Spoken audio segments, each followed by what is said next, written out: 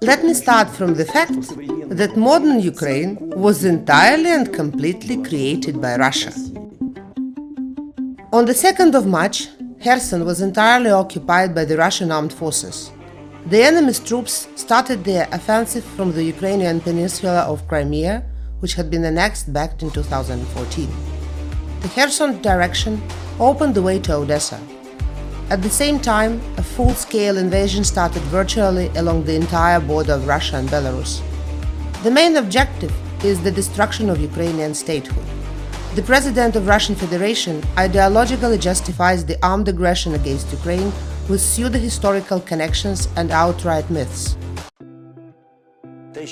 We were fighting with the Soviet past, but forgot about the imperial past, which our northern neighbor is now reviving as a means of justification and as a historical basis for this war waged to destroy Ukraine. Therefore, we must be perfectly aware that imperial symbols are hostile to Ukraine and the Ukrainian people as it is and deny their existence.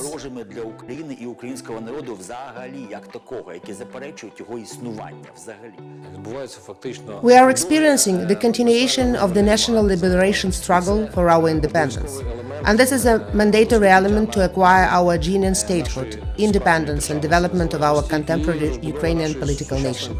The process we are passing through is not unique. The peoples of Europe also went through it when the empires collapsed. The Ottoman Empire, the Austro-Hungarian Empire, the German Empire and the Russian Empire. It was 100 years ago. But more than 100 years ago, all the European nations went through similar processes. In the occupied territories, the occupants, first of all, are destroying the traces of Ukrainians' presence. For example, they demolish monuments to Ukrainian soldiers, and instead, markers of Russkiy are installed, monuments to Lenin and other Russian figures, tricolours and Soviet flags, renaming of streets and settlements. Our enemy understands how crucial it is to take out the territory in terms of midset. That is why getting rid of colonial heritage is now highly essential for Ukraine. It's clear Ukraine requires decommunization, as it is the front line as well. It has cultural and strategic importance. As we can see, the occupants and Russian Federation have always considered cultural and humanitarian policy as a soft force policy that can be implemented in territories potentially important for Russian Federation, which used to be a part of it, the part of Russian Soviet Empire. They see it as an opportunity to explain to the indigenous population the dominance and, let's say, rootedness of Russian Federation in these territories.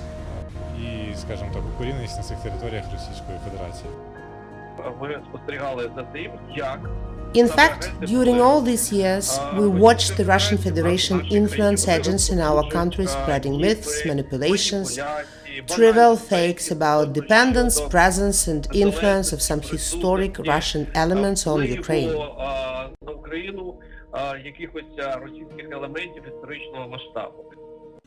Exactly this kind of myth runs that Odesa was supposedly founded by the Russian Empress Catherine, whose monument has been standing on one of the central squares since 2007. It is called the Founders of Odesa, and is a replica of the monument located in Odesa for 2 decades in the early 20th century. Only the statues of Jose de Ribas, Franz de Vollan, Grigory, Potemkin and Platon, Zubov, which were kept in museum for a long time, have historical value. The installation of the modern replica is highly likely to have been funded by the Kremlin. This myth appeared 40 years after the death of Catherine the Great, and she would be rather surprised that she had actually founded something. The myth that Catherine the Great is the founder of Odesa has been instilled in the majority of Odessans through mass media for over 30 years. It's a weapon, a very sharp and insidious weapon, which affects human consciousness. It prepares human consciousness precisely to take it without striking a blow, so everything like this has to be shed. As the idea to erect the monument arose, pro-Ukrainian activists opposed it, choosing the need to dismantle and relocate the monument of the Russian Empress to a museum, in particular through suing out, and the corresponding court decision was rendered. However, the local authorities, headed by Odesa mayor, still stubbornly prevent the dismantling of the monument to Catherine. The local budget has allocated funds for its protection for years. Even during a full-scale war, the monument was protected at taxpayers' expense until the 22nd of June, spending 9,000 hryvnias. No other monument in Odessa has been protected so desperately. To date, the city authorities have all the leverage to dismantle, for example, the monument to Catherine, because the courts and the Supreme Court found its installation illegal. They're absolutely anti-Ukrainian markers. First of all, this is the monument to Empress Catherine the Great, which some people call a monument to the founders of Odessa. This is a monument to the person who destroyed Ukrainian statehood, and did it systematically. First, Slobozhanщина, then Hetmanщина, and afterwards Zaporizhzhia Sich. This is a person who in 1783 enslaved the Ukrainian population. Can you imagine it? In fact, it's an enemy of Ukrainian people, the Ukrainian state. How can there be a monument to her in the city that is a part of Ukrainian state? How could this monument be installed in 2007? There is that old story of how Russian man hung his slippers in the Ukrainian's house.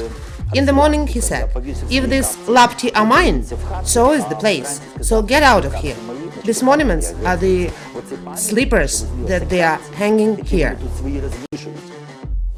Besides the monument to Catherine, there are many other markers of Russkiy Mir in Odessa, such as monument to Suvorov erected by the current mayor Gennady Trukhanov in 2012, and the Alexander Kolomin Shevchenko Park, which glorifies Russian emperor and is decorated with double-headed eagle.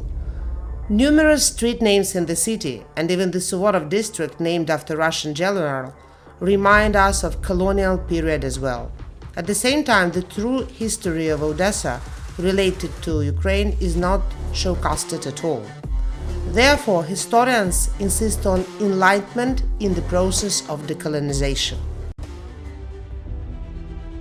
Enlightenment is a must, and that's not only about the enlightenment of state bodies, that's about the interaction of society, public bodies and local authorities. We have to promote the real history of Odessa. The real heroes of Odessa are Ukrainian patriots and outstanding scientists, doctors and artists. We have a distorted image of the history of Odessa, including the one offered by tour guides by the city guests. Nothing will stop the idea whose time has come. The decolonization process, just like the decommunization that took place a few years ago, is one of the fronts in the fight against the enemy who came to kill Ukrainians and destroy Ukraine. And now the question rings clear. Either we destroy the Russkiy Mir or the Russkiy Mir destroys us.